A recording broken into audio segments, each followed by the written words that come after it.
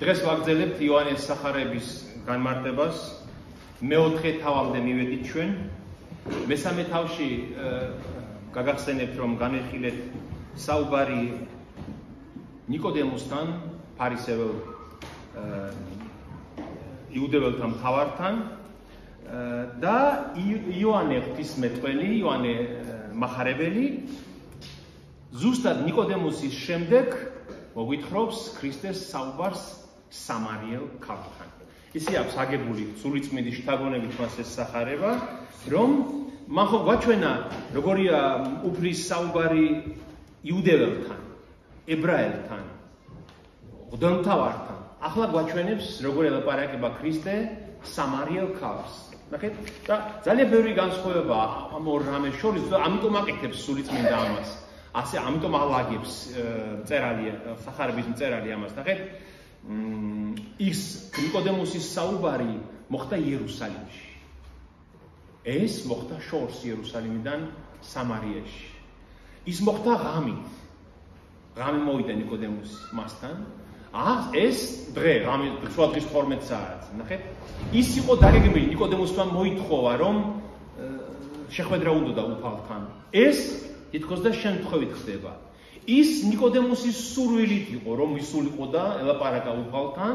ეს ქრისტეს სურვილით იყო, როგორც ჩანს, რადგან ჩვენ ვხედავთ, რომ ქრისტემ იცის, რომ ეს ქალი იქ უნდა მოვიდეს და თვითონ ამბობს, წავით საკვების საყიდლად, გაუშვებს მოწაფეებს საკვების საყიდლად და რჩება იაკობის ჭასთან სამარიაში, რომ ის ქალი მოვიდეს. ნუ ქრისტემ თვითონ დაგეგმა ეს, რადგან მან როგორც ღმერთმა წინასწარ იცოდა, რაც მოხდებოდა. ღვთისმთავარ ნიკოდემოსთან, ფარისეველთან საუბარია უფრო დიდ ღრმა საღვთისმეტყველო საკითხებზე. სამარიელ ქალს მის პირად პრობლემებიდან ამოდის ქრისტე როცა ელაპარაკება და აქეთ ამაზე ლაპარაკობენ ისინი. ნახეთ, ის იუდეველი იყო, ჯულისწოდნე ნიკოდემოსი. ეს სამარიელი ქალი სანახევად ნაწილობრივ იცნობს ჯულს. ნიკოდემოსი იყო ერისმთავარი. ძალიან მაღალ საფეხურზე მდგომი საზოგადოებაში. სამარიელი ქალი, ჩვენ მისი სახელიც კი არ ვიცით. ამ სამარიელი ქალის სახელიც კი არ ვიცით. ნახეთ, ის იყო რაბის, ის იყო მოძღვარი, იუდეველთა მოძღვარი, სამარიელი ქალი. იმან არც კი იცის, სად უნდა სცეს თაყვანი ღმერთს, ჩვენ ნახავთ ამის კითხვაში. და ბოლოს ნიკოდემოსმა მიიღო თუ არა სარწმუნოება, იმ დროს არ ჩანს. ის შემდეგ თავდება მონოლოგით, როცა ქრისტე აგრძელებს საუბარს და ნიკოდემოსი თქოს იკარგება, იქ აღარ ჩანს ნიკოდემოსთან საუბარი როგორ დამთავრდა. და სამარიელ ქალთან ვრთავდება ისე, რომ ეს ხომ არ არის ქრისტე, ამბობს სამარიელი ქალი და გარბის თავის სოფელში, რომ ყველა სახაროს, რომ მან იპოვა მესია, მან იპოვა ქრისტე. ამიტომაც ნახეთ, იმდროინდ მნიშვნელოვანია ეს ყველაფერი. ბავშვებო, დადიხართ, ეს კაი დახურეთ მან.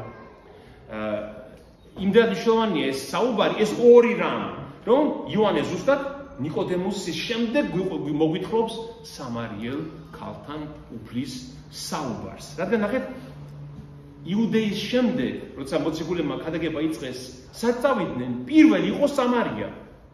პირველი იყო სამარია, სადაც ღვთის სიტყვის გავრცელება მოხდა. მე მინდა ეს გაჩვენოთ თქვენ, ნახეთ, წინა საუბრებზე ჩვენ ტაძარი ვნახეთ, როგორ გამოიყურებოდა სოლომონის ტაძარი, ხომ იერუსალიმში. როცა ჩვენ ვიზუალურად ამას ხედავთ, ბევრად ძლიერია ჩვენი რწმენისთვის ეს ყველაფერი, გესმით? აი მაგალითად, რაიმე ზღაპარს როცა გვიყვება ვინმე, ზღაპარში ვიზუალიზაცია ხომ არ სჭირდება, ხომ ასეა?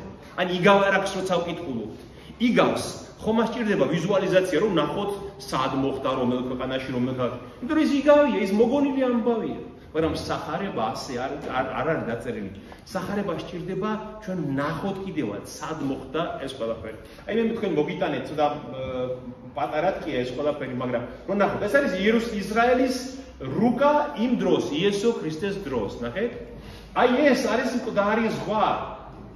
აი ამ მკვდრის ზღვის ჩრდილოეთ, აი აქ ნათლავდა იოანე ნათლისმცემელი. აი აქ, ზუსტად აი იორდანის უდაბნოში. აი ეს ლურჯი ხაზი, მსხვილი ლურჯი ხაზი. ეს არის მდინარე იორდანი. ეს ზემოთ არის გალილეის ტბა, ან გენესარეთის ტბა.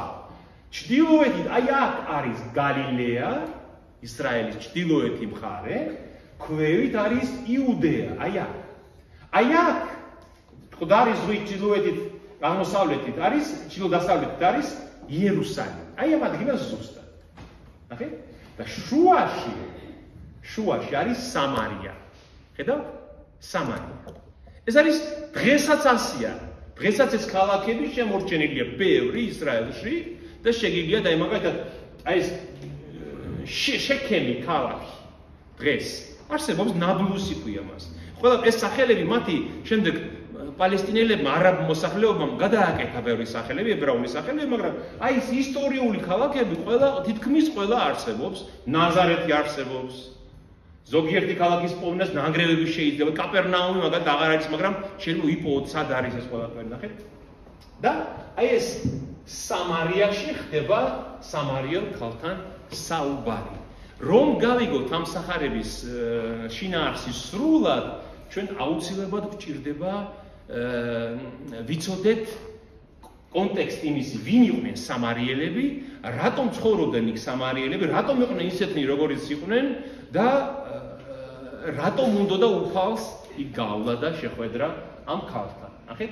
აი დაახლოებით რო წარმოვიდგინოთ უფრო კარგად, იერუსალიმიდან აი იმ ადგილამდე რო ჩახვიდე, სადაც ქრისტე სამარიელ ქალს ხვდება, 70 კილომეტრი უნდა გაიარო დაახლოებით. აი თბილისიდან კასპში რო ჩახვიდე დაახლოებით, აი ფეხით იერუსალიმიდან წავიდე უფალი თავის მოწაფეებთან ერთად და აი აქ იყო ის სიქარი, ის სოფელი, სადაც ის შეხვდა სამარიელ ქალს 70 კილომეტრი. შემდეგ მათ გზა გააგრძელესო და მივიდნენ კანაშიო, გალილეის კანაშიო. კანაში რომ მიხვიდა დაახლოებით 90 კილომეტრი უნდა გაიარო კიდევ. ანუ იერუსალიმიდან, იუდეიდან გალილეამდე რომ მიხვიდე, მისულიყავი იმ დროს დაახლოებით 150 კილომეტრი გჭირდებოდა რომ გაგევლო. აი დღეს თბილისიდან ბორჯომში რო ჩახვიდე. დიდი კი არ იყო ისრაელი. არისო, დღესაც არ არის დიდი ისრაელი, დიდი ქვეყანა არ არის. აი დღეს ისრაელის მთელი სიგრძე ბოლო წერტილიდან ჩრდილოეთ წერტილამდე 460 კილომეტრი. არ არის დიდი ქვეყანა ისრაელი. მაგრამ აი ამ პატარა ქვეყანაში ინება მოსვლა უფალმა განკაცება ღმერთმა აი ამ ქვეყანაში ინება. ისრაელის სიმაღლე დღეს არის 470, რო თქვი მე და სიგანე არის 135 კილომეტრი. რა ცოტაა, ხედავთ? 135 კილომეტრია მისი სიგანე. აი ეს შუა მოსახლეობა, აი ეს დასავლეთ იორდანიას რომ ეძახიან დღეს, West Banks რომ ეძახიან დღეს, ხო? ეს არის სულ პალესტინური მოსახლეობა, არაბული მოსახლეობით დასახლებული, ისლამური მოსახლეობით დასახლებული. აი ეს ზღვისპირა ზოლი ეკუთვნის, ზღვისპირა ზოლში ცხოვრობენ ებრაელები, აი საზღვარი, ეს მთლიანად ისრაელის სახელმწიფოს ეკუთვნის, აღმოსავლეთის მხრიდანაც, აი აქეთ, მაგრამ აი აქ არის ძალიან საშიში ადგილები ისრაელის ებრაელებისთვის. იქ შესვლა ავტობანით როცა მიდიხარ იერუსალიმიდან მაგალითად ჩრდილოეთისკენ, ავტობანზე დაყენებულია გამაფრთხილებელი წითელი დაფები, რომ არავითარ შემთხვევაში არ გადაუხვიოთ მარჯვნივ. დროს სიცოცხლისთვის საშიშია. იქ არის პალესტინური მოსახლეობა. რატომ ისე ამის პარალელს ჩვენ ნახავთ აი დღევანდელობასთან გავლებას პარალელს რომ აი ქრისტესთვისაც ძალიან საშიში იყო სამარიაზე გავლა. როგორც დღეს ებრაელებს საშიშია იქ გავლა, ქრისტესთვისაც ძალიან საშიში იყო, რადგან სამარიელები მტრობდნენ იუდეველებს და იუდეველები მტრობდნენ სამარიელებს და ებრაელები როცა მიდიოდნენ ხოლმე იუდეიდან გალილეაში, აი იორდანის ნაპირს აყვებოდნენ ხოლმე და შემდეგ გადმოუხვდნენ გალილეისკენ. ხო საინტერესოა ამის ნახეთ და ეს მხარე იერუსალიმი, სადაც იერუსალიმია, ბეთლემია, ეს სულ მთებია. ეს არის ჩაღრმავებული, იორდანის ადგილი არის ჩაღრმავებული და აი ამ ხეობაში, იორდანის ხეობაში მიდიოდნენ ხოლმე ფეხით, მაგრამ ქრისტემ, როგორც ღმერთმა იცის, რომ იმ იაკობის ჭასთან, აი აქ სიქარში, შექემი ერქვა იმ ქალაქს, სიქარი იყო გვერდზე სოფელი, იქ უნდა შეხვდეს სამარიელ ქალს და ამიტომ იორდანის სანაპიროს კი არ მიყვება, პირდაპირ მიდის აი ამ საშიშ ადგილებზე და ხვდება ამ ქალს. მოდით ჯერ წავიკითხოთ ეს სახარების ეს მონაკვეთი და შემდეგ გავარჩიოთ რაზეა ლაპარაკი. მეოთხე თავი იოანეს თქვენ სახარებები ვისაც გაქვთ თან მოტანილი არ შეგიძლიათ ტელეფონებში აუცილებლად მიაყოლეთ თვალი. ხოლო როდესაც უფალმა გაიგო ფარისევლებმა შეიტყვესო რომ იესო უფრო მეტ მოწაფეებს იძენს და ნათელს სცემს ვიდრე იოანეო, თუმცა თავად იესო როდის სცემდა თანთელს არამედ მისი მოწაფეები, მიატოვა იუდეა და კვლავ გალილეას წავიდა.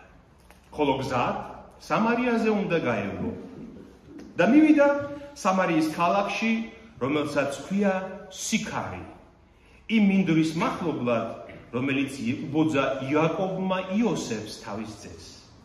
და იქ იყო ჭა იაკობისი. გზით დამაშრალი იესო ჭასთან ჩამოჯდა, იქნებოდა ასე 6 საათი. აი ეს არის იაკობის ჭა დღეს. დღეს ეკლესია დგას იმ ადგილას, აი ნახეთ ეს არის იაკობის ჭა. და იესო ჩამოჯდა ამ ჭასთან, იქნებოდა ასე 6 საათი.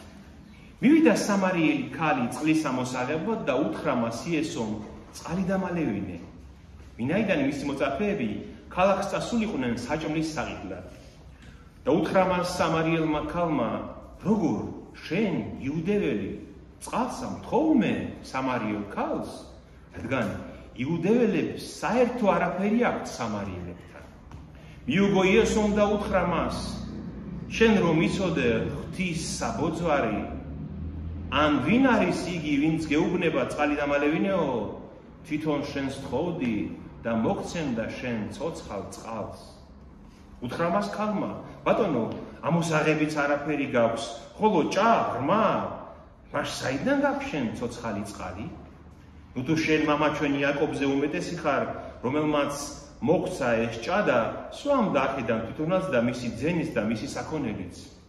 მიუგო იესომ და უთხრა მას, ყველა ვინც ამ წყლისგან დალევს კვლავ მოსწყურდება, მაგრამ ვინც დალევს წყალს, რომელსაც მე მივცემ მას, აღარასოდეს მოსწყურდება უკუნისამდე, არამედ წყალი, რომელსაც მე მივცემ, საუკუნო სიცოცხლის წყაროდ იქცევა მასში. უთხრა მას ქალმა, ბატონო, მომეცი ეგ წყალი, რათა აღარ მომწყურდეს და აღარასოდეს მოვიდე აქ ამოვსებად. უთხრა მას იესო, წადი, დაუძახე შენ ქმარს და მოდი აქ. მიუგო ქალმა და უთხრა, ქმარი არ ამყავს. უთხრა მას იესომ, სწორად თქვი რომ ქმარი არ აკყავს, ვინაიდან 5 ქმარი ყავდა, ვინც ახლა ყავს არ არის შენი ქმარი, ეს მართალის თქვი. უთხრა მას ქალმა, უფალო, ხედავ რომ წინასწარმეტყველი ხარ. ჩვენი მამები ამ თაზე სცემდნენ თაყვანს, თქვენ კი ამბობთ, იერუსალიმში არისო ადგილი, სადაც გმართებს თაყვანისცემა.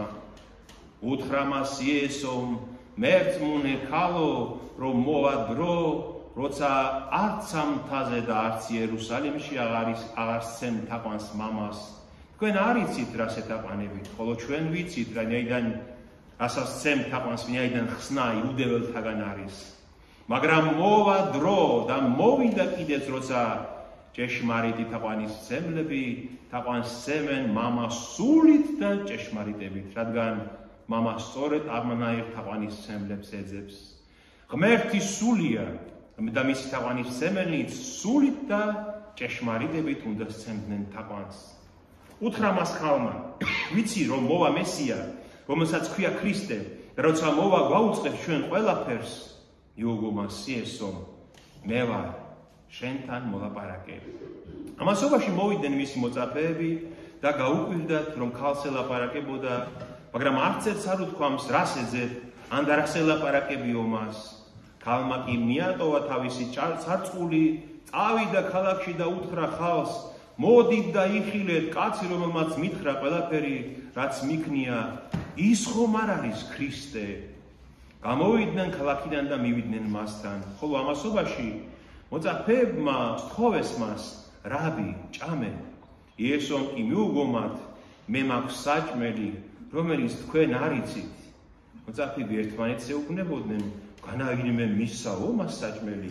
უთხრა მათ იესომ, ჩემი საჭმელი ის არის, რომ ჩემი მომავლებელის ნება და ვასრულო მისი საქმე. განა თქვენ არ ამბობთ, რომ 4 თვეც კიდევ და მოვა მკარ. აჰა, მე გეუბნები თქვენ, აიხილეთ თვალები და იხილეთ ყანები, როგორ გადათეთრებულან სამკალად. მომკალი საზღაურს იღებს და საუკუნო სიცოცხლისთვის იწევს მოსავალს, რათა ერთად ხარობდნენ და მთესველიცა და მომკალიც. ვინაიდან ამით მართლდება სიტყვა, ერთის თესავს და მეორე ინკის. მე გაგზავნე თქვენ იმის სამკალად, რადგან არ გიშრომიათ, სხვებმა იშრომეს, თქვენ კი ჩაეზიარეთ მათ ნაშრომში. და იმ ქალაქის მკვიდრმა მრავალმა სამარიელმა ირწმუნა იგი ქალის სიტყვებით, რომელიც მოწმობდა ყველაფერი მითხრაო, რაც მიქნია. როცა მივიდნენ მასთან სამარიელნი, შეევედრნენ, რათა დარჩენილიყო მათთან და დარჩა იქ 2 დღეს. და უფრო მეტმა ირწმუნა მისი სიტყვების გამო, ხოლო ქალს ეუბნებოდნენ, შენი სიტყვებით როდი გწამს, ვინაიდან თავად მოვისმინეთ და ვიცით, რომ ეს არის ჭეშმარიტად მაცხოვარი ქვეყნისა ქრისტე. ხოლო 2 დღის შემდეგ გამოვიდა იქიდან და გალილეას გაემართა. რადგან თავად იესო მოწმობდა, რომ წინასწარმეტყველს პატივი არ აქვს თავის მამულში.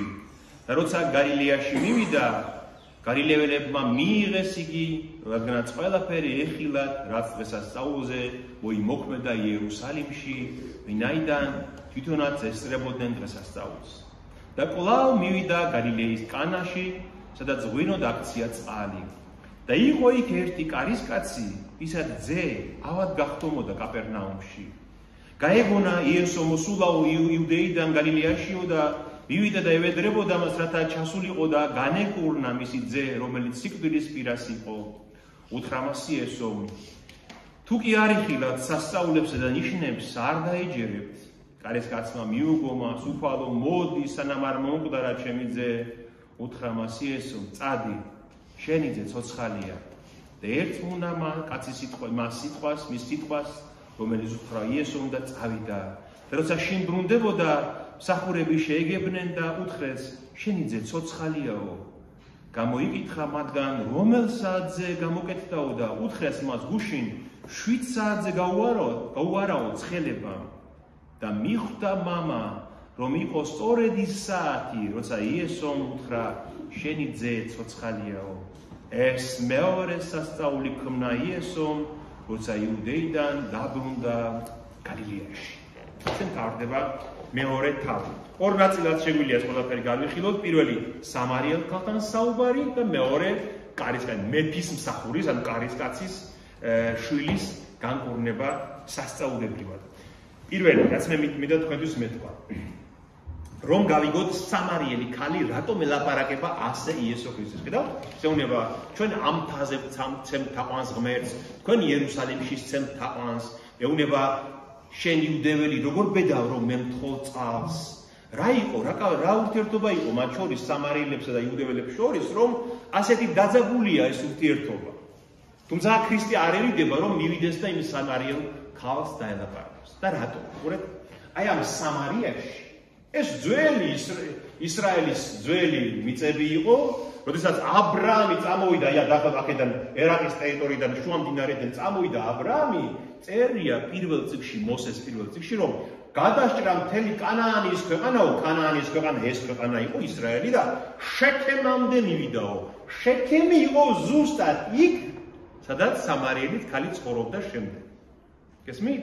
შემდეგ იქ სამსხვერპლო აუგო აბრაამმა ღმერთს, იქ ცხოვრობდა იაკობი, მისი შვილიშვილი და იაკობმა იოსებს მისცა მერე იქ ერთი ადგილი მიწის ნაწილი და იქ იყო იაკობის ჭა.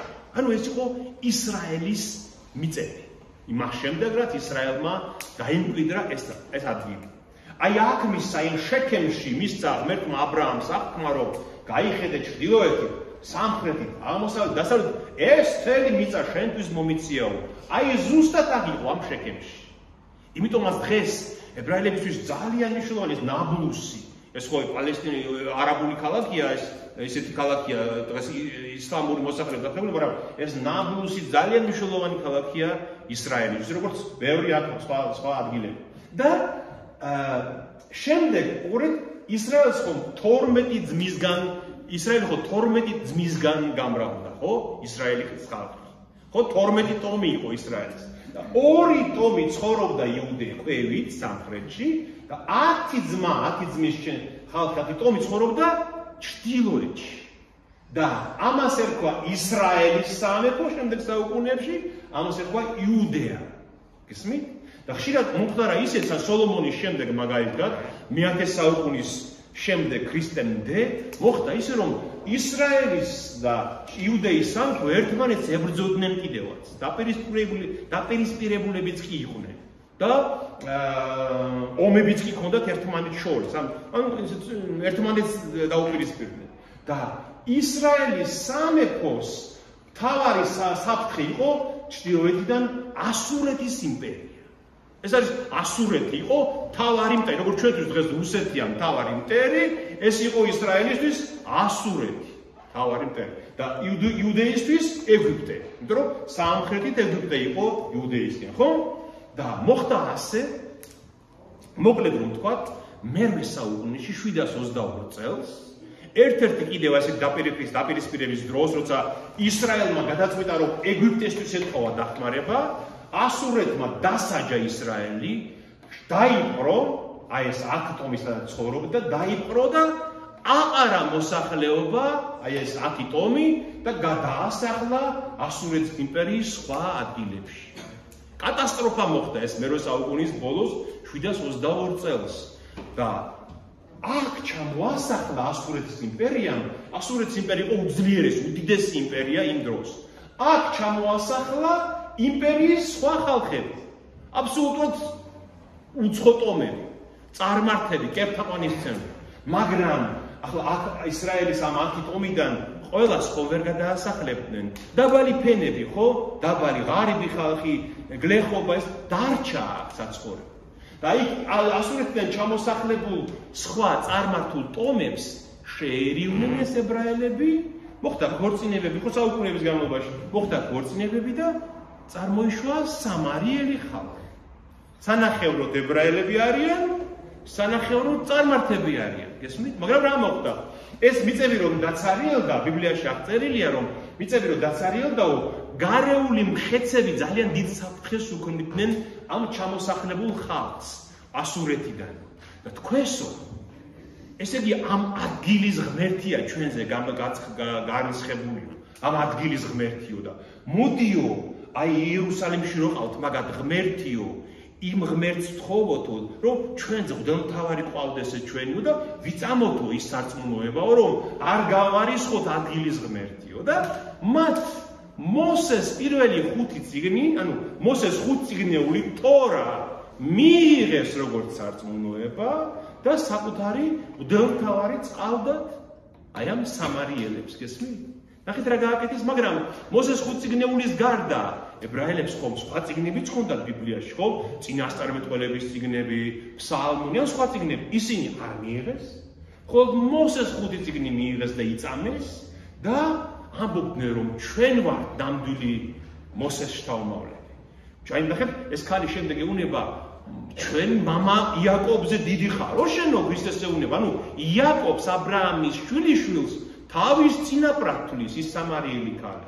ის კი არ თulis, რომ თვითონ არ არის შთამომავალი ებრაელებს, არა, ჩვენ იაკობის შთამომავლები ვართ, ამბობს ის ქალი. გესმით? იმიტომ რომ ნახეთ, ეთნიკურად, სისხლით სანახევროდ შეერულები არიან ებრაელებთან, სარწმუნოება სანახევროდ გადაღებული აქვთ ებრაელებისგან, თორას წამთ მათი, ანუ 10 მცნება აქვთ, მაგრამ 10 მცნებას რაკმეს იცით დაუმატეს კიდევ ერთი მცნება. ბევრი რამე გააკავდეს. 10 მცნებას დაუკავეს ერთი მცნება, რომ ღმერთს თაყვანი უნდა ვცემთ გარიზიმის მთაზე. გესმით? იერუსალიმში კი არა, გარიზიმის მთაზეა თაყვანისცემა საჭირო. ეხლა რა ის ორი მთაც უნდა აგიხსნათ, რომ შემდეგ გავიგოთ კარგად ეს საუბარი. ნახეთ, აი ეს ფოტო არის დღევანდელი ჩვენი მე-20 საუკუნის ფოტო. ნახეთ, აი ეს ადგილი არის ეს სიქარი. აი აქ არის ეს სოფელი სიქარი, სადაც ეს ქალი ელაპარაკება უფალს. აი ეს წინ არის შექემი.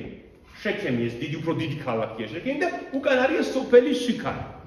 ზოგი მკვლევარი ამბობს, რომ ეს შექემია ის სიქარი, მაგრამ ძნელია ამის ზუსტად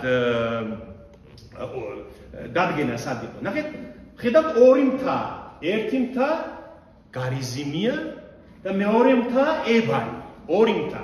აი ამ ადგილას ზუსტად თქვენ რომ ნახოთ წერია და გარიზიმი და ებანი და შუაში შეკე. ზურგაზეც დღესაც არის ეს ყველაფერი აი ეს. და აი ეს წყარო იაკობის ჭა, აი დაახლოებით აქ არის სადაც. დღეს იქ ეკლესია დგას და ეს ჭა ასია შემორჩენილი. და ეხლა რატომ არის მნიშვნელოვანი ეს მთა გარიზიმი და მთა ებანი? როდესაც ამასაც გეტყვით და შემდეგ გავაგზავნოთ კაცახარებასობრივ. როდესაც მოსემ მიიყვანა აი ამ საზღვართან, აი აქ იყო მთა ნებო, აი აქ. ნახეთ, ებრაელებმა იარეს 40 წელიწადი და მოვიდნენ ქანაანის საზღვართან, აი მთა ნებო, აი აქ. და მოსემ უთხრა ებრაელებს, როცა გადახვალთ აღთქმულ მიწაზე და მიხვალთ აი შექემამდე, როცა მიხვალთ, შექემთან დაეცით ბანაკი, აი ამ ადგილას, მაშინ ეს ქალეს კორპუსები ჯერ რა თქმა უნდა არ იქნებოდა, აი აქ დაიბანაკეთ და იცოდეთ. 6 ტომიდან ხალხი დადგეს გარიზიმის მთაზე. 6 ტომიდან მეორე 12 იყო. 6 ტომიდან დადგეს ებალის მთაზე. და წაიკითხეთ რჯული ხმამაღლა. და თქვით, ვინც არ შეასრულოს ეს იყოს წეული და აქედან დაიძახონ გარიზმის მთიდან ებალის მთიდან ამინ წეულა დაიძახონ ებალის მთიდან. და გარიზმიდან თქვან, ვინც შეასრულოს ეს იყოს კურთხეული, იყოს დალოცვილი, იყოს გამრავლებული, იყოს სამუდამოდ ამ მიწაზე და ამინ დაიძახონ კურთხევის მთა იყო გარიზმის მთა. Εμείς ფაქტურად ებრაელმა ხალხმა როდესაც შევიდნენ აღთქმულ მიწაზე, მოსე აქ მოკვდა, ნებოს მთაზე მოკვდა მოსე, ვეღარ შევიდა, როცა შევიდნენ, აი აქ დადეს ხელშეკრულება ღმერთთან. კიდევ ერთხელ მეორე რჯული ქვია, ბიბლიაში ამ წიგნს, მოსეს მეხუთე წიგნი, სადაც კიდევ ერთხელ წაიკითხეს რჯული და დადეს ხელშეკრულება ღმერთთან, რომ თუ შევასრულებთ, იქნებით კურთხეული. გარიზმის მთიდან ისმოდა ეს კურთხევის ამინ და თუ არ შევასრულებთ, იქნებით წეულნი, ისმოდა ებალის მთიდან. შემდეგ სამარიელებმა ეს ხო იცოდნენ, მოსეს 5 წიგნი მათ ხო ჰქონდა და თქვეს, აი კურთხევის მთა გარიზმი. აი აქ უნდა ვცეთ ღმერთს თაყვანი, იერუსალიმის კი არა სიონის მთაზე, სადაც თქვენ ამბობთ, აი გარიზმის მთაზე. შემდეგ როდესაც ებრაელები ბაბილონის ტყვეობიდან დააბრუნდნენ მე-5 საუკუნეში და დაიწყეს ტაძრის აგება იერუსალიმში, სამარიელებს უნდოდათ რომ თვითონაც მიეღოთ მონაწილეობა ამ ტაძრის აღდგენაში და ებრაელებმა უთხრა, რა თქვენ უწმინდურები ხართ. თქვენ არა ხართ ებრაელები და არ მიაღებინეს მონაწილეობა ტაძრის აღდგენაში. ამიტომაც შემდეგ აი აქ გარიზმის მთაზე ააშენეს მათ დიდი ტაძარი და აქ ჰქონდათ შემდეგ სალოცავი, სადაც წირავდნენ მსხვერპლს. ესენიც მსხვერპლს წირავდნენ. როგორც იერუსალიმის ტაძარში მსხვერპლშეწირვა ტარდებოდა, ესენიც გარიზმის მთაზე წირავდნენ მსხვერპლს. ყავდათ მღვდელმთავარი, ჰქონდათ მსხვერპლშეწირვა და სანახევროდ აღიარებდნენ იმ რჯულს, რომელიც ებრაელებს ჰქონდათ. მაგრამ ეხლა წარმოიდგინეთ თქვენ ეხლა ებრაელების მდგომარეობა. მათ მიაჩნდათ, რომ აი როგორც ჩვენ დღეს ვამბობთ, რომ იეჰოვას მოწმეები მაგალითად ამახინჯებენ ბიბლიას, ხო? ხო ვამბობთ ჩვენ ამას. აი დაახლოებით ასეთი მდგომარეობა ჰქონდათ მათ, რომ ეს სამარიელები ამახინჯებენ სარწმუნოებას, შეცვალეს და ამახინჯეს და თვითმარქვიები არიან. ამიტომაც იუდეველები უწერია იმ გამონაკვეთში არ შეეხნიანო, ანუ არავითარი საერთო არ აქვს სამარიელი. აი სამარიელი რო იჯდა სკამზე, იუდეველი არ დაჯდებოდა. სამარიელი რო დალევდა ჭიქიდან, იქიდან ებრაელი არ დალევდა, იუდეველი არ დალევდა. სამარიელი რო სუფრასთან იჯდებოდა, იქ არ დაჯდებოდა ებრაელი. უწმინდურებად თuliდნენ. ამიტომაც ეუბნება ეს ქალი ქრისტეს, რომ შენ იუდეველი მე მთხოვ წყალს. აი ეს მდგომარეობა იუდეველებს და სამარიელებს შორის. ამიტომაც ქრისტემ სახარებას რომ მივუბრით, კონტექსტი გასაგებია, ხო? ნახეთ, აი ეხლა მე ფოტოები მოგიტანეთ, ეს ის ადგილია. ნახეთ, ესე სამარიელი დღეს ესე გამოიყურებიან. ნახეთ, აი ესეთ სამოსია მათ ტრადიციული სამოსი და აი ნახეთ, მღვდელმთავარს უჭირავს ხელში ეს მოსეს 5 წიგნეული. თორა უჭირავს ხელში. აი ნახეთ, დღეს ისრაელის მიწაზე ცხოვრობენ ეს სამარიელები, ნაწილი ცხოვრობს ხმელთაშუა ზღვის ნაპირას, თელ-ავივთან დაახლოებით ნაწილი ისევ ამ ადგილას ცხოვრობს, აი ამ შექემთან და სულ 800-900 კაცია დარჩენილი, მეტი არა. ძალიან თითქოს გაქრობის პირას არიან 800-900 ადამიანამდე დარჩენილი, ხო დღეს რამდენი არის შეუძლია მოემატა, არ ვიცი, მაგრამ ცოტანი არიან. ნახეთ, თეთრი 60-ს მე თქვენ ნახავთ, თეთრი რას ნიშნავს, რატომაზე და ნახეთ და როცა დაინახავ ამ ქალმა ქრისტე დაღლილი როგორ იჯდა ჭასთან, იაკობის ჭასთან, მივიდა და წყალს იღებდა ეს ქალი. მოწაფეები წასული იყვნენ საჭმელის საკვების საგელოდ. ქალმა იცნო, რომ ეს იუდეველია. რა თქმა უნდა, ქრისტეს ალბათ იუდაურად ეცვა, თავზე მოსახვევი, როგორც ებრაელებს აწვიათ, ხო? შეიძლება ის ფუნჯებიც რო სალოცავებაზე რო მან იცნო, რომ ეს იუდეველია. და ქრისტე წყალს თხოვს. ქრისტეს თხოვს მას წყალს. მახსოვთ ნიკოდემუსი რომ მოდის მასთან, ნიკოდემუსი როგორ იწყებს საუბარს? მოძღვარო. ვიცით რომ ღმერთის ღმერთისგან ხარ მოსული. პირველ საქებს სიტყვას ეუბნება ნიკოდემუსი და ქალი ხმასაც არ სცემს მას. პირდაპირ ქრისტე ეუბნება მას რომ დამალევინე წყალი. თუმცა ხა ქრისტე მიწის წინასწარ როგორც ღმერთმა აქ რაც მოხდება, მაგრამ მან იცის რომ იუდეველებს როგორც ძულ სამარიელები, ამიტომაც თავს იმდაბლებს და ეუბნება რომ დამალევინე წყალი. რომ ქალს აი ასე ვთქვათ ჩაითრიოს საუბარში. იმიტომ რომ ქალს როს თხოვს იუდეველმა დაინდა, მან იცის რომ იუდეველი სამარიელს ჭიქას არც კი გამოაწვდის. სარწყულს არც კი გამოართმევს ხელიდან, ხო? და ხედავს რომ ეს იუდეველი წყალს თხოვს. და ამიტომაც არის გაოგნებული რომ როგორ შენ იუდეველი მე სამარიელ ქალს წყალს მთხოვ? და ნუ ქრისტემ და უთხრა, შენ რომ მიცოდე ნიჭი ღვთისა და ვინ არის ის, ვინ წყალს თხოვს, შენ თვითონ თხოვდი და მოგცემდი მე ცოცხალ წყალს. ნახეთ, საუბარი იწყება ძალიან დაბალი კატეგორიის რაღაცეებიდან, ნახეთ. ნახეთ, პირველად ქალს გონია პირველად ქრისტე იუდეველი. შემდეგ ხდება რომ ბოროტი და ამპარტავანი იუდეველი არ არის. შემდეგ ნელ-ნელა ქალის შემეცნება ადის იქამდე რომ ამობს ეს ხომ არ არის ქრისტე. იმიტომ რომ ქრისტე აი ღვთაებრივი მოძღვარი ასე საუბრობს ადამიანებთან, გესმით? რომ ნელ-ნელა შეიყვანოს აი საუბარში რომ გადაარჩინოს იგი. და ქრისტე ეუბნება შენ რომ მიწოდე ნიჭი ღვთისა. ნიჭი ღვთისა არის სულიწმინდის ძალა. შენ რომ მიცოდე სულიწმინდის ძალა, ის რისი მოცემაც მე შემიძლია შენთვის და ის ვინ გელაპარაკება შენ თვითონ თხოვდი და მოგცემდი ცოცხალ წყალს. ცოცხალ წყალს, რას გულისხმობს აქ ცოცხალ წყალს? ანკარა წყალი. ნახეთ, ებრაელებს ჰქონდათ ორი წყალი, ხო? ერთი ჭიდან ამოღებული წყალი და მეორე წყაროდან მომდინარეობს. ანკარა, ჩქეფარე წყალი. აი ცოცხალი წყალი ამის სიმბოლო იყო და ეს ქალი ფიქრობს, სადაა ცოცხალი წყალი? ჭარი მხოლოდ და წყაროს აქ ვინმე ხედავს, მე წყაროს. ქრისტე ეუბნება რომ არა, მე მოგცემ შენ ჩქეფარე, ცოცხალი წყალს, აი გამდინარე წყალს მოგცემდი მე შენ. ნუ თუ შენ მამა ჩვენ იაკობზე უმეტესი ხარ, რომელმაც მოგცა ეს ჭა და თვითონაც სვამდა აქედან და მისი ძენის და მისი საქონელის. ნახეთ, ქალის კითხვა რა შენ მდგომარეობს რომ?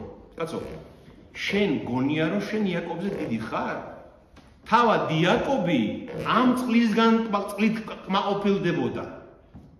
მეტი წყალი იაკობს არ ქონია.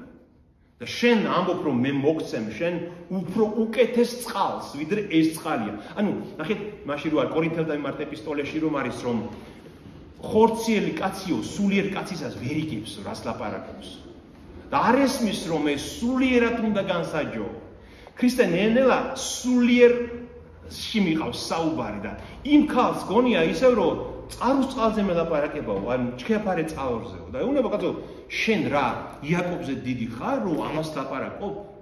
ის ჩვენი მამა იაკობი ამ წყლით კმაყოფილდებოდა და შენ როგორ ამბობ ამას? და მიუგო იესომ და უთხრა მას, ყველა ვინც ამ წყლისგან შესვამს, კვლავ მოსწყურდება.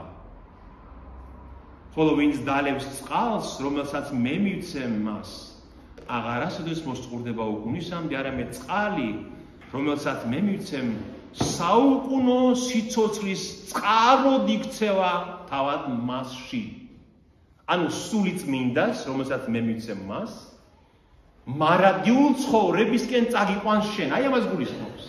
და წყალს რომელსაც მე მივცემ მას შემდეგ თავში მეშვიდე თავში იოანე გვეუბნება რას ნიშნავს ეს ნახეთ როცა უკანასკნელ დღესაც წავიკითხეთ სახელმწირვის დროს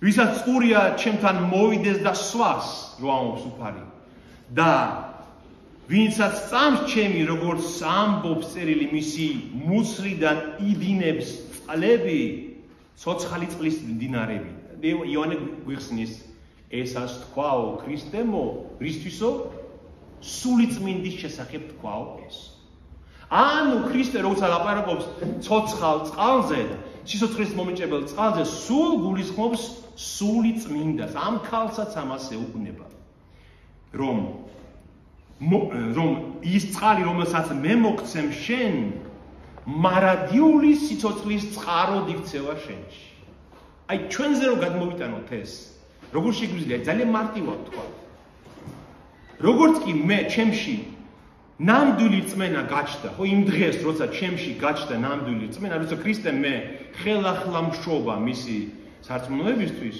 ხომ მე გაუჩერებლად მივდივარ მარადიული სიცოცხლისკენ არ არსებობს ცხოვრებაში რა უნდა მოხდეს ჩემს ცხოვრებაში აი ცუდით შეიძლება მოხდეს განსასწრებით შეიძლება მოხდეს სხვა რაღაცას ამ ქვეყნიური ამბები მაგრამ აი იმას რა ერთხელ რაც მოხდა ჩემში თითქოს აი მართლა მდინარესავით არის და მივყავარ აღარ ჩერდება სულ მუდმივად მივიდივარ და მე ვიცი რომ სადაც მივიდივარ ხო ხვდებით რას ვამბობ აი ამას ამბობს უფალი მე თუ მოგეცი სულიწმინდა ვეღარ გაჩენიდან დაიწყებს უკვე სიცოცხლის წყლის მდინარე დინებას მარადიული სიცოცხლისაკენ გესმით აი შეიძლება მორწმუნე კაცმა ეს ვერ გაიგოს მაგრამ მორწმუნეებს ეს გვესმით ეს რას ნიშნავს გესმით ყველაფერი უცბად გაუფერული ყველაფერი ამ ქვეყნიური გაუფერულებულია იმიტომ რომ მარადიული სიცოცხლისკენ როცა დაიწყო ჩემში დინებამ ამ სულიწმინდის ძალით ყველაფერი გაუფერულებულია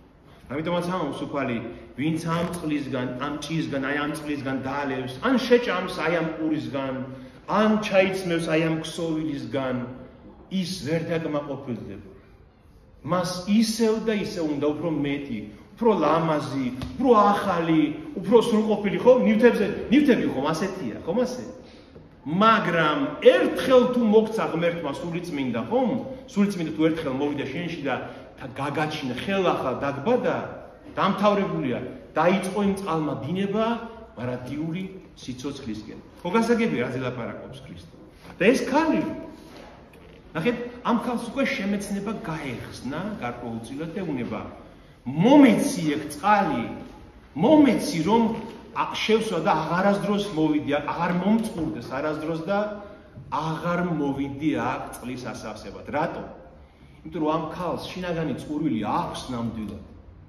აი ხო მინახავთ ადამიანი როცა ძალიან აი ცხოვრებამ ძალიან ბევრი სცემა ადამიანს ხო გინახავთ ეგეთი ადამიანი აი შეიძლება ბავშვობიდან დღემდე სულ ცემს ცხოვრება და უკვე ისე აქვს ხელი ჩაქნეული ამ ცხოვრებაზე გამწარებულია ამ ცხოვრებაზე რომ უკვე არაფრის იმედი აღარ აქვს და უცბად ღმერთმა ხელი გაუწოდა მას და ის ნაპერწკალი ამოვარდა უცბად და მომეცი რომ გადარჩე მიუხედავად იმისა რაც აქამდე მომხდარა ხომ აი ამ ქალი ამ მდგომარეობაში და ქრისტემ აი რომ დაინახა ქრისტემ რომ აი ქალმა გაიღვიძა და ხვდება რაზე ელაპარაკება ნახე რას ეუბნება მოგცემ აქ წყალს მოგცემ აი ქვეტექსტი ამ ყველაფერს ესეთია ოღონდ შენი ქმარიც მოიყვანე ერთად მოდით და ორივეს ერთად მოგცემ რომ ამ ქრისტეს უნდა რომ მიუთითოს რომ წყურვილი მისი საიდან გამომდინარეობს მოგცემ ოღონდ ქმარიც მოიყვანე წადით შენ ქმარსაც დაუძახე და ერთად მოდით რომ ერთად მოგცეთ ის წყალი და ქალს არ უნდა ქალს ეს არ უნდა და რატო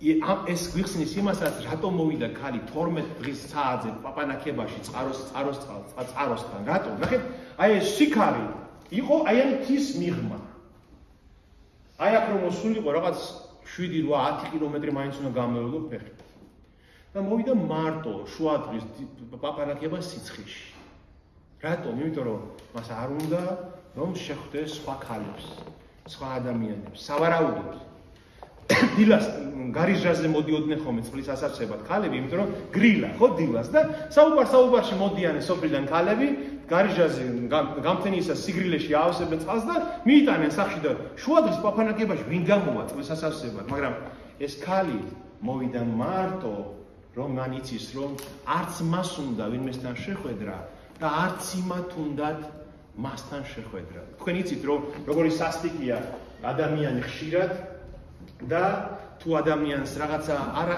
ცხოვრება ისე არ წაუვიდა, როგორც უნდა წაუვიდეს, როგორ გარიყავენ ხოლმე ადამიანს, ხომ? სავარაუდოდ აი ეს ქალი ზუსტად ამ მდგომარეობაში.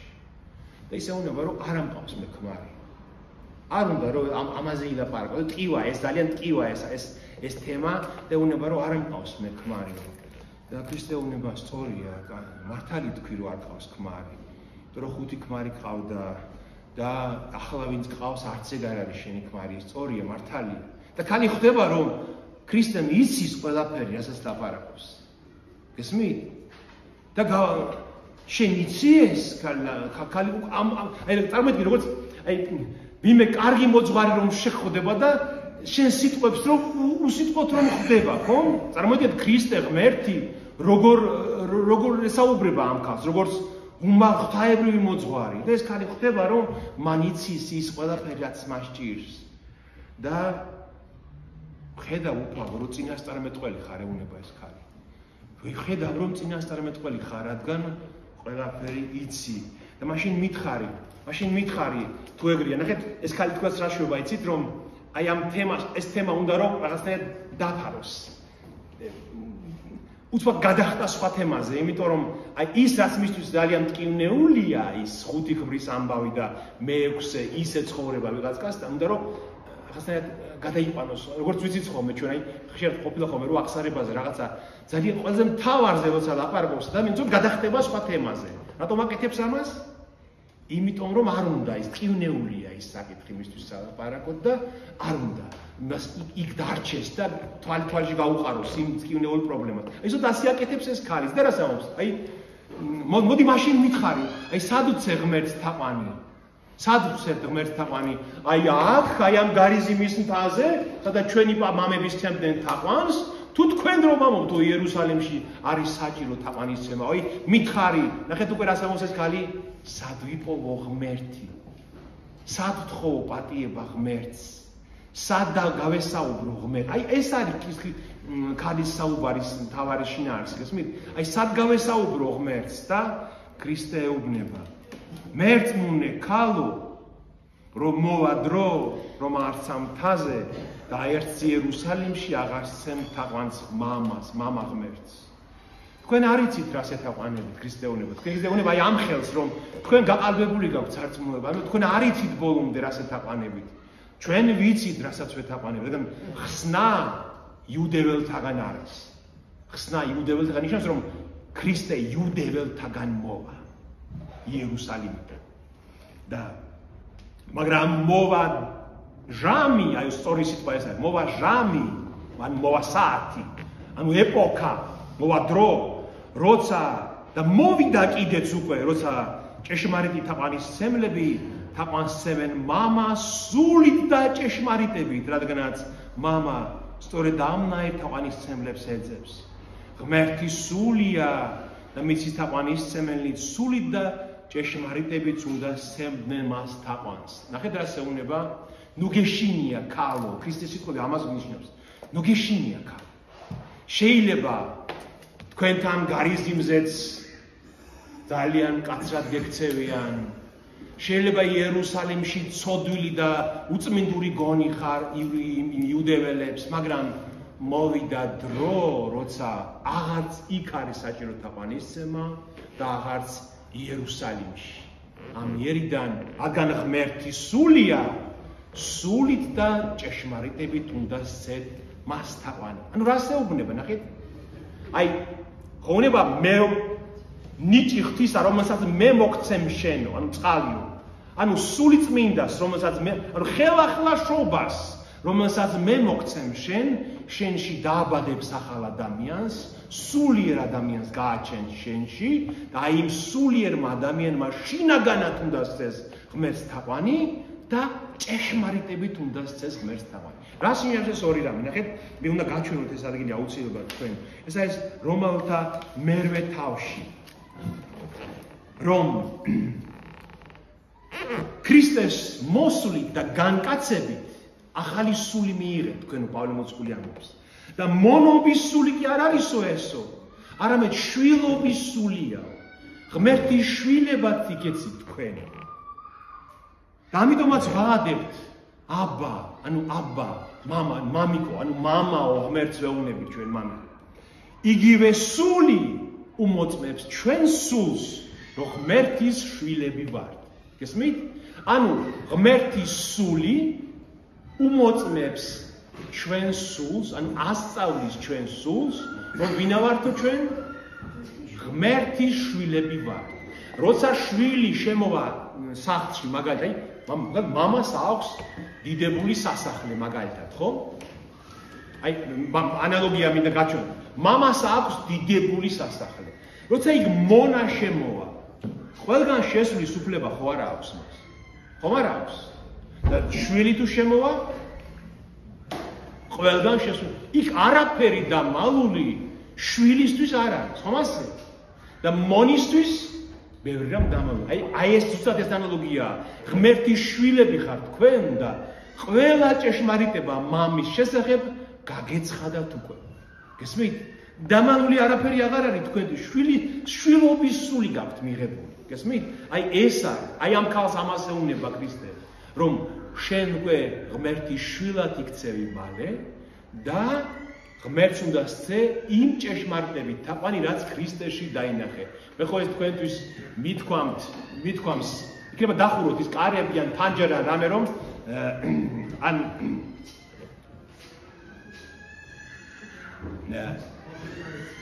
ხო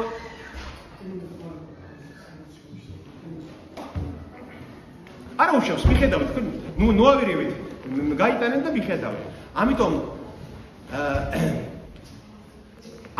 მე ხო ეს თქვენს მithქვამს, სულით და ჭეშმარიტებით, სული ან შვილობის სულით, როცა დამალული არაფერი აღარ არის სარწმუნოებაში, მამა ღმერთის შესახებ და ჭეშმარიტება, რომელიც ქრისტემ გაგვიცხადა ჩვენ. აი როცა მე ხო თქვენს მithქვამს, რომ როცა ამბობს ქრისტე, რომ მე ვარ ვაზი და თქვენ ყლორტები, ის ვაზი კი არა იერუსალიმის ტაძარში ოქროს ვაზი რომ გქონდათ, ის სიმბოლო იყო. მე ვარ ნამდვილი ვაზი, რომელსაც უნდა დარჩეთ ძეთ. ის ნათელი კი არა, რომელიც ტაძარში იყო კანდელის სახით, არამედ მე ვარ ნათელი სოფლის, სულიერი ნათელი. ის პური კი არა ზეციდან რომ ჩამოცვიდა მოსეს დროს მანანას სახით, არამედ მე ვარ სულიერი პური ვარ მე, რომელსაც შეჭამ თქვენ და იცოცხლოთ. აი, ყველაფერი სიმბოლური ჭეშმარიტებად იქცა და გაცხადდა ქრისტეში და აი ამ ჭეშმარიტებით უნდა სცეთ ღმერთს თაყვანი. აი ამას ეუბნება ქრისტე იმ ქალს და უთხრა მას ქალმა. ნახეთ?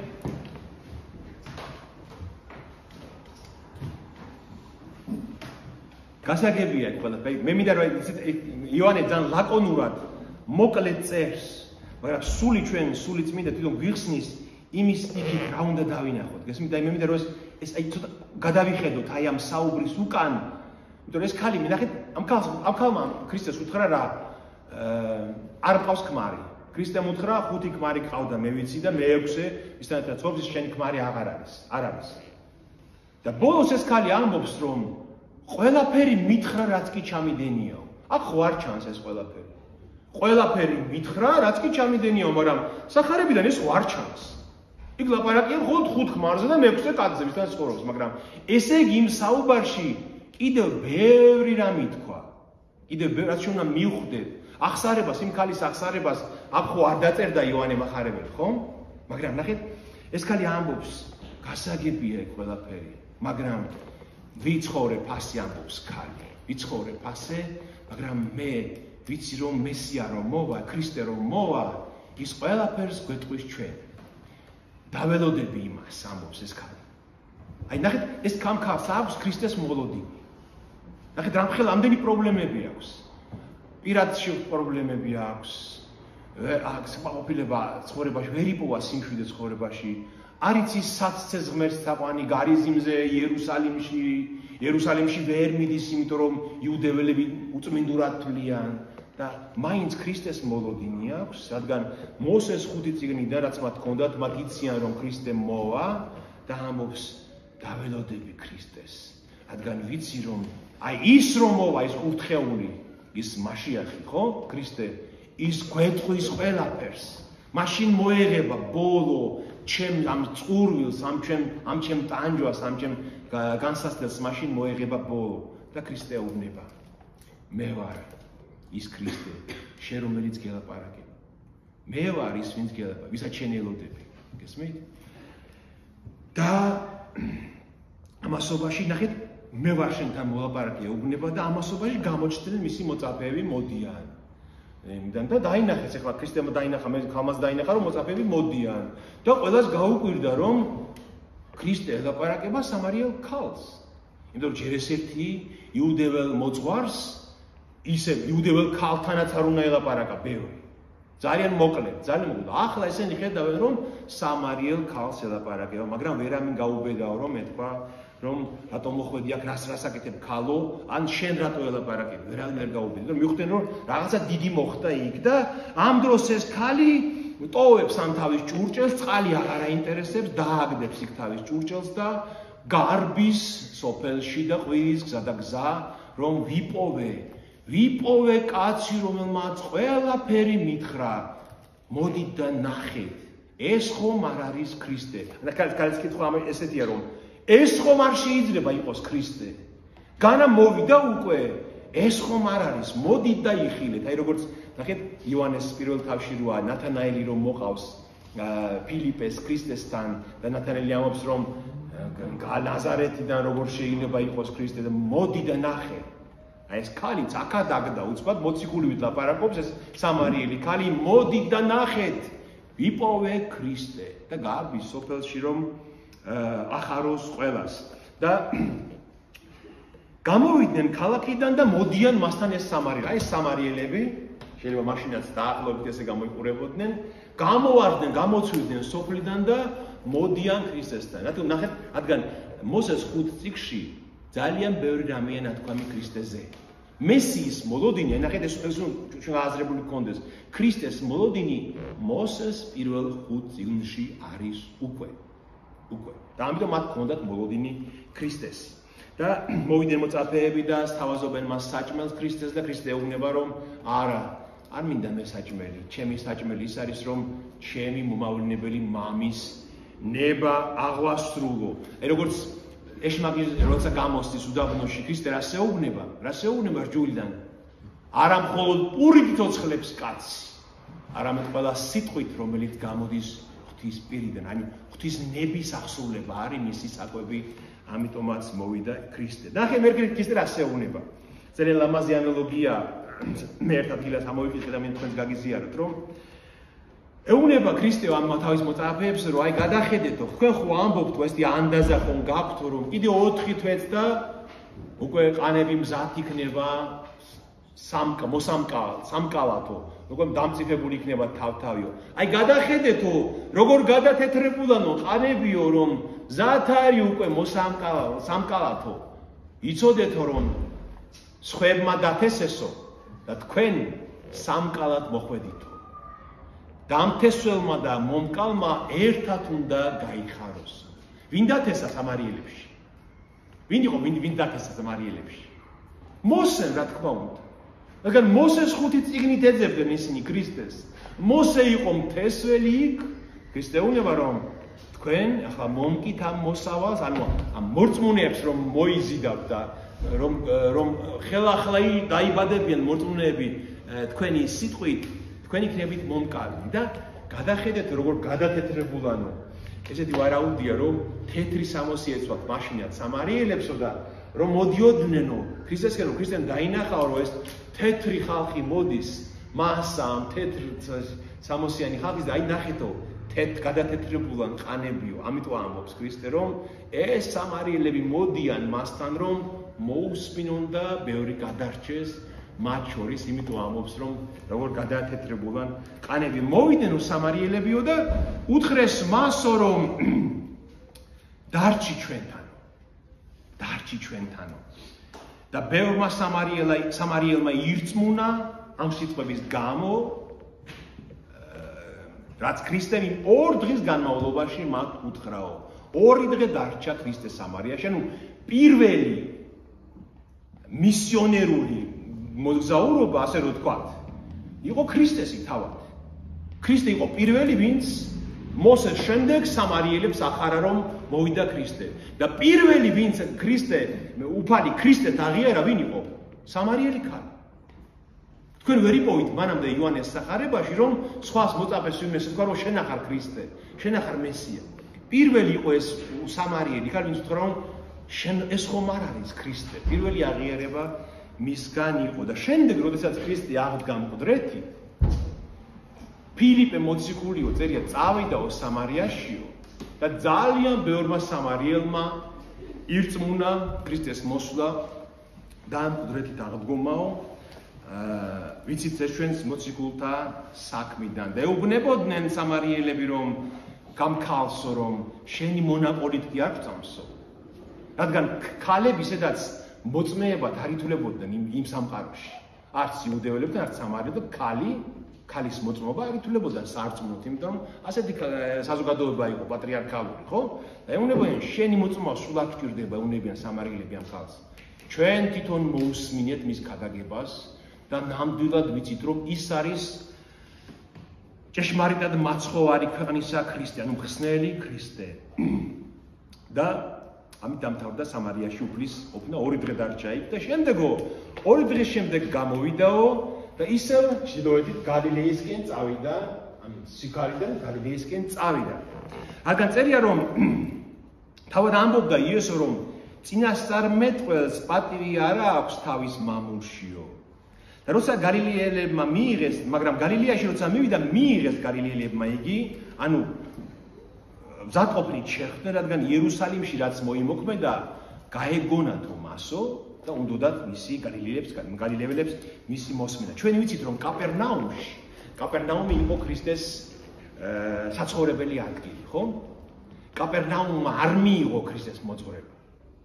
ახლა წარმოიდგინეთ, ნაზარეთში, როცა შევიდა და სინაგოგაში წაიკითხა, იქიდან გამოაგდეს ნაზარეთი. კაპერნაუმში და ცხოვრობდა, იქ დაიწყო მისი ღვთაებრივი საქმე, კაპერნაუმმა არ მიიღო და ამიტომაც ამობს, აი შენ ხორაზინ, ბეთსაიდა და კაპერნაუმ ზეცამდე ამაღლებულო, ჯოჯოხეთამდე დაემხობი, კაპერნაუმზე ამბობს, იმიტომ რომ იქ სადაც ყველაზე დიდი ძალა აჩვენა უფალმა, იმ ხალხმა არ მიიღეს.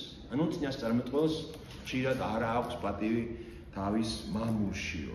და მივიდა უფალი კანაში, იქ სადაც წყალი ღვინო და აქცია და იქ მოვიდა ერთი მეფის მსახური, ანუ კარისკაცი, ვისაც ძეავად გახდომოდა კაპერნაუმში ცხოვრობდა და მოვიდა კანაში, ეს კაპერნაუმის ზევით არის და აიაკა და კანაში მოვიდა დაახლოებით 10 კილომეტრია იქიდან იქამდე, რომ ქრისტესთვის ეთხოვა, რომ ჩემი ძე კვდებაო და წამოდი და განკურნეო, სიკვდილის პირას იყო.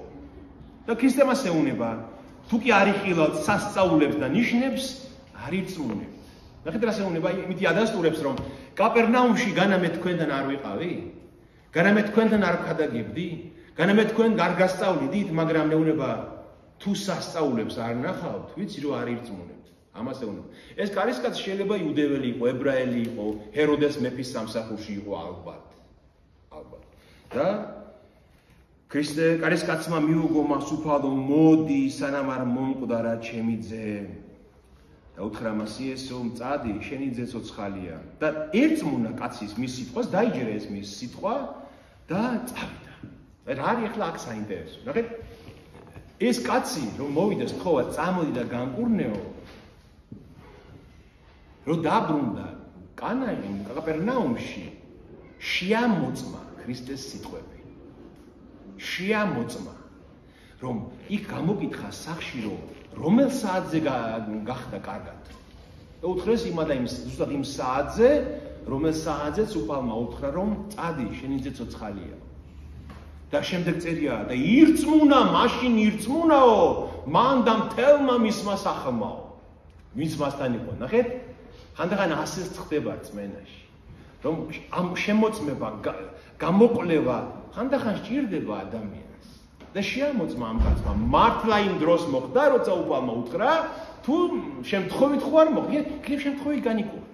და მიხვდა რომ ზუსტად იმ საათზე განიკურნა, როცა ქრისტემ უთხრა წადი შენი ძე ცოცხალიაო. ხო? საინტერესოა. ამიტომაც ეუბნება, მე ვიცი რომ სანამ სასწაულებს არ განახებთ, არ იწმუნდით. და ესეც მოხდა ზუსტად. ნახეთ, მე თქვენთვის მინდოდა მეთქვა, თქვენ ხო იცით ბიბლია, ებრაელებს აქვს თალმუდი, ხო? თალმუდი არის წიგნი, რომელიც განმარტავს ბიბლიას, ხო? მათ არწმუნოების განმარტებაა თალმუდი. არა ის ასე მიშნა ესეთი წიგნია, რომელიც ასევე მათი რაბინების ან მათი მოძღვრების განმარტებაა ბიბლიის. და თალმუდში არის ესეთი შემთხვევა, ძალიან საინტერესო, აი ამას გავს ძალიან, მე მინდა გაჩვენ გითხრათ ეს თქვენ, რომ აი ჩვენ მივხვდეთ იმ დროინდელი სამყაროს ებრაელების აზროვნება როგორი იყო. მოთხრობილია იქ ერთ-ერთ ტრაქტატში, მოთხრობილია რომ ბრეხა ქვია იმ ტრაქტატს 35-ა თუ არ მეშლება და რაბი გამალიელი იყო უცნობილესი რაბინი პირველ საუკუნეში. ქრისტეს დროს რაბი გამალიელსო შვილი გაუხდა ავათო. დიდი სიცხე ჰქონდაო ძალიან, სიცხე ჰქონდა. და გააგზავნაო რაბი ხანინასთან ორი მოწაფეო თავისიო და უთხრაო რომ ილოცეო ჩემი შვილისთვისო. გესმით? რაბი გამალიელი იყო პავლე მოციქულის მოძღვარი, აღმზრდელი. პავლე მოციქული თავის თვითონ წერს რომ გამალიელის ფეხით ვარ გაზრდილიო და ამ რაბი გამალიელს შვილი სიცხიანი ყავდა და გააგზავნა სხვა რაბინთან რომ როგორც დღეს ვიცით ხოლმე ჩვენ რომ მოიხსე ილოცე მისთვისო. მივიდნენ მოწაფეებიო იმ რაბი ხანინასთან და უთხრეს რომ ასე გამალიელმა გთხოვარ რომ ილოცე ჩემი შვილისთვისო. იმან ის ავიდაო ბანზეო, ან სასახლის სახურავზეო, უთხრა დამელოდეთო და ილოცაო მისთვისო, ღვთის წინაშეო. და ჩამოვიდაო და უთხრაო წადითო, კარგად იქნებაო. დამათ მოუთხეს, შენ რა მოწინასწარმეტყველი ხო არა ხარ, საიდან იციო რომ კარგად იქნებაო? გამალიელს უთხრა, იმ ხანინას უთხრეს, მოძღვარ რაბის. და ემან უთხრა, არა, მოწინასწარმეტყველი არა ვარო, მაგრამ მე ვიციო რომ აი გამოცდილება, ჩემი გამოცდილებიდან ვიციო რომ თუ ლოცვაო, აი ლოცვის დროს გამეხსნაო პირიო და დაუბრკოლებლად თქვი ლოცვა ღვთის წინაშეო, ვიციო რომ აუცილებლად შეისმინაო ჩემი. და თუ ვერ შევძელი დაუბრკოლებლად იმ ლოცვის წარმოთქმაო, ვიცი რომ ესე იგი არ შეისმინა და ესე იგი არ გადარჩებაო. და დაბრუნდნენო მართლაც გამალიელთანო და გამალიელმა უთხრაო რომ ღვთისაო ტაძარსო რომ მართლაც ეგრე იყო. ზუსტად იმ საათზე დაუწია სიცხემო თქვენ რომ თქვით რომ ხანინამ ილოცა მისთვისო. ესმით? აი ეს პრაქტიკა მათ იცოდნენ რა იყო. მაგრამ უყურე ის ხანინა ამბობს რომ ღმერთმა თუ შეისმინა ჩემი მაშინ ვიციო რომ გადარჩებაო და აქ თავად ღმერთი ეუბნება წადი ცოცხალია. ქრისტე კი არ ეუბნება მე ვილოცებ მამის წინაშე, ამას კი არ ამბობს. წადი და მე ვაცოცხლებ მას. ხდებით განსხვავებას. რა იქ რაბინი ლოცულობს ღმერთის წინაშე, აქ თავად ღმერთი ამბობს მე ცოცხალია. წადი, მე გადავარჩენ მას და მიდის და ზუსტად იმ საათზე გადარჩა და გამოკეთდა და გადარჩა სიკვდილს. ხდებით? აი ეს თუნდაც ამითი, აი თუნდაც იმით რომ ებრაელებში აი ეს რომ ღმერთს შეუძლია გადაარჩინოს მომაკვდავი, ეს ცოდნა და გამოცდილება იყო და მათ უნდა ეცნოთ ქრისტემ იმდენი სასწაული აღასრულა აი ამ სახით. სხვა დროს გახსოვთ რომაელს რომ ეუბნება მისი მსახური რო უკვდება, რომაელი კარისკაცი რომ მოვა და ეს რომაელი ეუბნება რომ შორიდან თქვი ერთი სიტყვა და გადარჩება ჩემი ძე. გახსოვთ რომ არ შედის მის სახში. აი ბევრი ასეთი ის უნდა მიმოხდარიო და ქრისტე არასდროს არ ამბობდა იმას რომ ღმერთს თხოვ და არა, ღმერთივით ლაპარაკობდა თვითონ, გესმით? ეს არის პრინციპული განსხვავება. ქრისტე ლაპარაკობდა როგორც თავად ავტორიტეტი, როგორც თავად ღმერთი. არასდროს არ იმოწმებს ქრისტე არც სხვას მოძღვარს ვინმეს, არც რაიმე სხვა ავტორიტეტს, იმიტომ მე გეუბნები შენ, მე გეტყვი შენ, წადი იცოცხლე, აღზრდე ღმერთივით ლაპარაკობს და სრულდება. ბატონო? იმიტომ რომ თვითონ ღმერთი იყო, რა თქმა უნდა. და მიხვდა მამა რომ ეს იყო სწორედ ის საათი, როცა იესომ უთხრა ძე, შენი ცოცხალიაო და ირწმუნა მანაც და მთელმა მისმა სახლმაც. ეს მეორე სასწაული ქმნა იესომ, როცა იუდეიდან დაბრუნდა გალილეაში. აი ესე მთავრდება ეს მეოთხე თავი, ქრისტეს საუბარი სამარიელ ქალთან, რომელმაც იპოვა ქრისტე. ნახეთ, ეს რას გვაჩვენებს ჩვენ? რომ ისე შედარება გავაკეთოთ ნიკოდემოსთან. ღმერთისთვის აბსოლუტურად სულ ერთია. რა საფეხურზე დგას ადამიანი? რა საზოგადოებრივ რომელ ფენას ეკუთვნის? ქალია, კაცია, იუდეველია თუ სამარიელია, რომელი ეთნიკურად ვის ეკუთვნის? აბსოლუტურად სულ ერთია ღმერთისთვის. დღე ხდება თუ ღამე ხდება, თავარია ღმერთი იძებს ერთ რამეს ეძებს ღმერთი. თუ ის ადამიანი თვითონ ეძებს ღმერთს. აი ეს არის თავარი. ნახეთ, ის ქალი, ნახეთ ის ქალი, თვითონ ის ქალი აი სიმძიმის რაღაცა ჯურღმულიდან ამოიყვანა უფალმა, ხო? ხო, დაინახეთ, საუბარი როგორ დაიწყო და როგორ დასრულდა საუბარი. ნახეთ, ქალი ისეთი დამძიმებული, ისეთი რაღაცნაირი ძიმე მდგომარეობაშია, რომ წყალს თხოვს კაცი. იმაზეც კი მტრულად პასუხობს, როგორ წყალს როგორ მთხოვ. წარმოიდგინეთ, წყალს რო მთხოვს ვიღაცა და წყალზე ეთქვი, რომ წყალს როგორ მთხოვ შენ იუდეველი. და ბოლოს სიხარულით წყალსაც კი მიატყუებს თავის ჭურჭელს და გარბის, რომ ვიპოვე ქრისტე. აი ეს მონაკვეთი, ამიტომ დაადლაგა იოანემ გვერდ ნიკოდემუსი და სამარიელი ქალი, რომ გვაჩვენოს, რომ ქრისტესთვის აბსოლუტურად სულ ერთია მთელ მსოფლიოში ვინ არის ის, ვინც უნდა გადაარჩინოს. თავარია ის თვითონ ეძებდეს ღმერთს და გული გაუღოს ღმერთს. და მეორე, რაც ამ თავიდან აუცილებლად უნდა ვიმახსოვროთ, რომ თაყვანისცემა ღმერთის საჭირო არითი სულით და ჭეშმარიტებით. გესმით? აი, მსხვერპლის შესაწერი ადგილი, ღმერთმა უთხრა ძველ აღთქმაში ასე იყო. ეს არის მეორე ჯუმში. ყველგან არ შესწირო ღმერთს მსხვერპლი ეუბნება მოსეს. მხოლოდ იმ ადგილას, რომელსაც ამოარჩევს შენი უფალი, შენი ღმერთი. მეორე ჯუმშია ეს. ყველგან არ შეიძლება მსხვერპლის შეწირვა.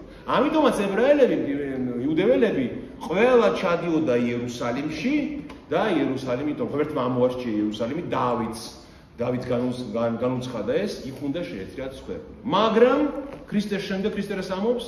გაუქმებულია ახლა ადგილი. აბა სად არის ახლა ღმერთის მსხვერპლის შესაწირი ადგილი? ჩვენ შორის. ჩვენ ვართ სულიწმიდის ტაძარი და ჩვენ როცა შევიკრიბებით, ჩვენ შორის არის ადგილი, სადაც უნდა ღმერთს შეეწიროთ მსხვერპლი. ქების მსხვერპლი, სამადლობელი მსხვერპლი, ხო? მადლობა უნდა შეეწიროთ ცხონების და გადარჩენისთვის და გამოხსნისათვის, ან ჩვენ შორის, აი ეკლესია ამას ქვია ზუსტად, ხო? აი ჩვენ შორის არის ახლა ადგილი მსხვერპლის შესაწირად. იერუსალიმი აღარ არის საჭირო, არც გარიზიმის მთა, არც თქვათ მიუნხენის ფრაუენკირხე, ან თბილისის სამების ტაძარი, არა, ჩვენ სადაც შევიკრიბებით, რწმენით, ქრისტეს სიყვარულით, მისი სახელით, ჩვენ შორის არის ადგილი, სადაც უნდა ღმერთს შევწიროთ მსხვერპლი. სულით, ანუ სულიწმით ხელახლაშობით და ჭეშმარიტებით, როგორ? იმით, რომ ქრისტეში ვხედავთ ყველაფერს, რაც მანამდე ნათქვამი იყო. ხომ ასეა? აი, ჭეშმარიტებით აპარისება სულ ორი სიტყვით, მაგალითად, აი, ძველად რომ შევწოდავდი, აი, ქრისტემდე, ვიყავი თქვა იუდეველი, მე და ან თუნდაც ყოფილიყავი სხვა ერის და გადავსულიყავი იუდეველთა სარწმუნოებაზე. შევწოდავდი, მოვიგდებდი მხრებზე კრავს, წავიდოდი იერუსალიმში და მოდელს ვეტყოდი, რომ აი შევწოდე, რაბი, შევწოდე და ჩემი წოდების გამოსასყიდად მოგიყვანე ეს მსხვერპლი, ხო? დაადებდნენ თავზე იმ კრავს და მე უნდა მეღიარებინა ჩემი წოდები. ისე კი არ იყო. მარტო დასაკლავად კი არ მივიყვანდი. აი ამ კრავს რომ მივიყვანდი მე ტაძარში. ხელებს დავადებდი თავზე და ვიტყოდი, აი ჩემს მეზობელს ეს სიბოროტე გაუკეთე. სიკვდილის ღირსი ვარ ღმერთო. მაგრამ ჩემს მაგივრად შემიწყალე მე მაპატია და აი ეს კრავე შეიწი. აი ეს იყო ღვთისმსახურება, ხვდებით? პრინციპი ხვდებით? მაგრამ ის კრავი ვისი სიმბოლო იყო? იესო ქრისტეს. გესმით? ანუ დღეს მე ის კრავი აღარ მჭირდება, მე უკვე ვიცი რომ ქრისტეს დავადე თელმა მსოფლიომ ხელები როცა ჯვარცმა გოლგოთაზე ჯვარს ეცვა და დღეს ანუ ჭეშმარიტებით თაყვანისცემა ამას ნიშნავს. გესმით რომ ის მე გავიაზრე რომ ყველაფერი რაც მანამდე მომხდებოდა ქრისტეზე მომავასწავებ და ამ ჭეშმარიტებით ცხოვრობ და ასევ სცემ ღმერთს თაყვანს. ხო გასაგებია? დღეს ახლა რომელი იქნება ისეთი მიუხვედრელი რომ ეგონოს რომ ზეციდან ღმერთმა ყურები უნდა ჩამოგვიყვაროს. ვინმე იფიქრებს ამას? ჰა? არავინ ხო? მანანა ზეციდან ყური აღარ ჩამოიყრება. აბა ზეციური ყური ვინ არის? იესო ქრისტე. როცა სულიერი შიმშილი მაქვს ავიღებ ამ ქრისტეს სიტყვას. კითხულობ და სულიერ ყურს ჭამ აქტიურად. გესმით? მაყრდები სულიერად. ანუ აი ეს არის ჭეშმარიტება რომელიც გაგვეცხადა და ამ სულით და ამ ჭეშმარიტებით უნდა ვცეთ ღმერთს თაყვანი. ხო გასაგებია? აი ეს არის მეოთხე თავი შინაარსი მგონი ცოტა გამიგრძელდა, მაგრამ შემდეგი მეხუთე თავიც ასევე საინტერესო იქნება შემდეგ კვირას განვიხილოთ მეხუთე თავი. მადლობა თქვენ ყველას. გაიხარით.